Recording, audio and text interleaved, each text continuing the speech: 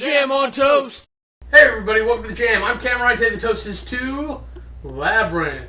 And if you go over to Mr. Harry Britt's channel, he'll tell you that this movie is the premiere of David Bowie's penis as a casting role. I don't know if you want to believe that, but go over and check out his channel. He compiles a lot of footage for us every week and mashes it up for the hashtag Harry Movie Club. So don't be afraid to check out his channel and join in on the hashtag. So the short sell on this one is that a spoiled bitch ends up tripping on mushrooms while she's supposed to be babysitting her little baby brother, half brother, or step brother, whatever it is. Granted, she's not actually, it doesn't show her imbibing mushrooms, but it is this weird cross between Alice in Wonderland and the Wizard of Oz. So just blows my mind that this isn't in that same vein where she's not tripping on poppies or mushrooms or infused cake of some kind. My love for this one is the puppet work. Really amazing. I mean, we don't have Jim Henson around anymore, and we don't have the Henson Company in large doing this, and there's some other places that either are renting or leaning from them, but there's nothing that is quite the Henson Company. But Labyrinth is a good reminder of what that used to be. I've got two examples especially that I liked. Where she walks up on Ludo and he's hanging upside down, and they've got little canes with little guys on them that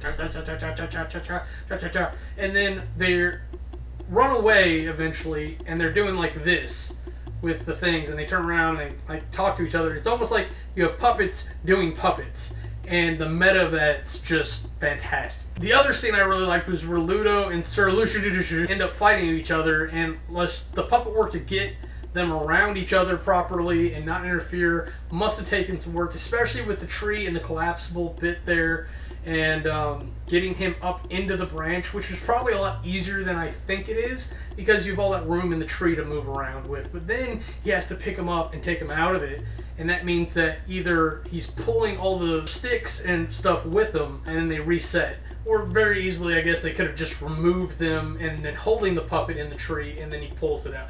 That's probably what it was. Self-discovery!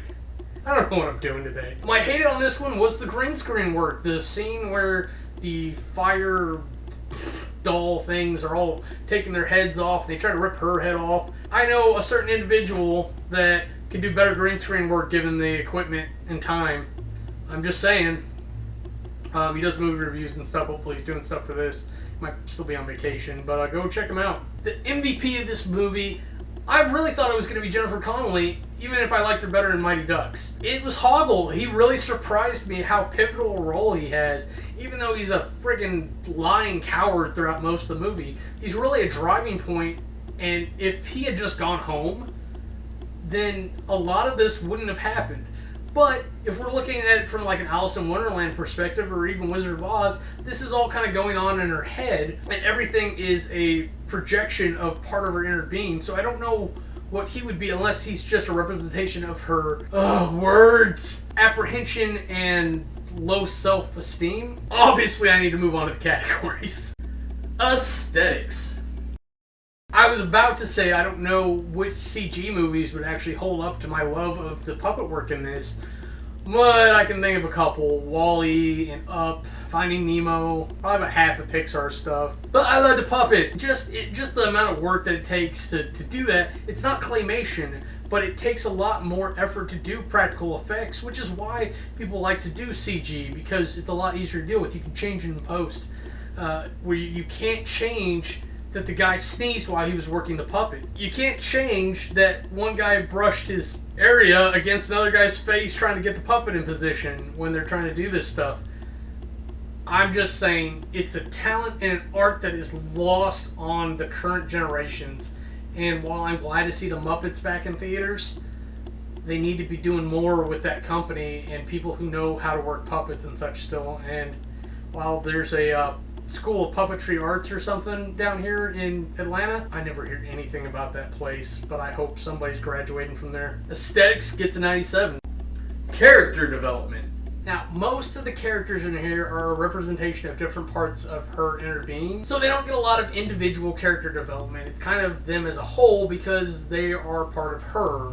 Now, Hoggle goes through a series of ups and downs, but it's not necessarily any real growth other than learning what friendship is and just being a little braver learning to overcome that apprehension, which is the same thing that she's doing, and they grow at the same rate. So it's really, to me, just a representation of her becoming more confident, so he becomes more confident. So that really, like, all her allies kind of are that way. And then when you look at the goblins, you kind of got to look at them as a group, and they're the Goblin Army as a character, and then they kind of merge in with David Bowie's character because he's their king, so it's really all one faction.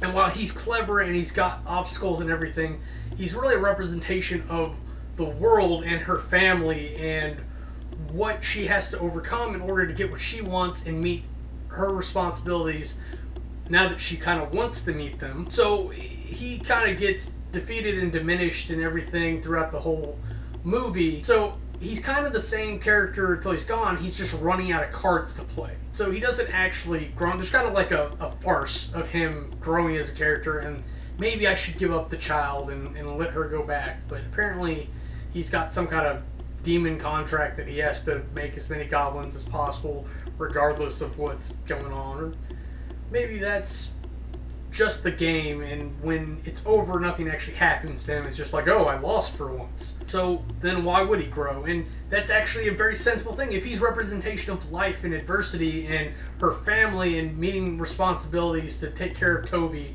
then no, he shouldn't change. She should change. But she changes on so many different levels, especially if we look at all the characters, because they do go through like minor changes and shifts, and they go through adventures and troubles and toils, and they use resources, but it's all her. So it's all her developing that. She goes through a very big change, and you could boil it down to, yes, she learns to be responsible for her baby brother, but I would like to think that she grows and changes as a character. She's not the spoiled little brat that she started out as, like, oh, life's so hard. You may want to whip that girl, and not any of the kind of good ways. I don't care what kind of issues she has. Character development gets a 90. Storyline. Though it is kind of this acid trip of a nightmare, it's written and constructed really well. It's delivered to us really well. I think they use the puppets and the scenery very, very well to give us the example of exactly what she's going through. That she's not necessarily in real danger hardly throughout the whole movie, but there is challenge that she has to overcome, and she has to find her way over this. And like a lot of the beginning are like high walls to make her look diminutive and childlike, and then as it continues on, the walls get smaller. Eventually there aren't walls. Eventually there's tunnels and things that she has to go through, and then she comes out on the other side, just like, oh, adversity. So I like the visual metaphors that the story presents. I like the points that David Bowie shows up and challenges her, or gives her something new, or does something unfair, like fast forward the clock. Which, if you didn't gather, was a metaphor for her losing track of time in the beginning. Overall, I gotta say, they did a really good job writing this, and I want more from this person. I really should go look that up, shouldn't I? Storyline gets a 90. Compulsion. I gotta say, this is just fun to watch again.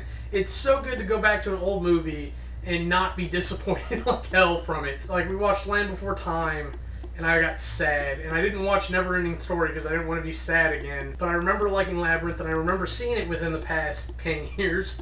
So I don't remember being sad from that time, but I couldn't remember enough of the movie, so I was actively excited to watch it again and see some cool puppetry that I knew was there, see what Jennifer Connelly looked like at this point, because she was very young. David Bowie, I really wish I saw more things with him in it, and I gotta go look that up too, I guess. I had a good time. Compulsion gets a 93. Now, if you total all that up, you get an average of 92.5. For my wrap-up review, unless you're adverse to puppets, watch this movie. Next chance you get, next movie night you get, you want to sit down with some friends and watch something, be like, hey, I got a classic movie I want you guys to watch. And load it up on your computer, because you're not going to have a VHS of this unless, I bet some of you do. I honestly think this would be really fun to do in like a weird movie marathon type thing where you watch like Alice in Wonderland, Wizard of Oz, and this, and just kind of compare the acid-headed child minds that are going through these stories. I think that's it for me. I'm Cameron. If you don't like me, bite me. If you want to see anything else we're up to, go ahead and click the annotations, and they'll take you to our other channels.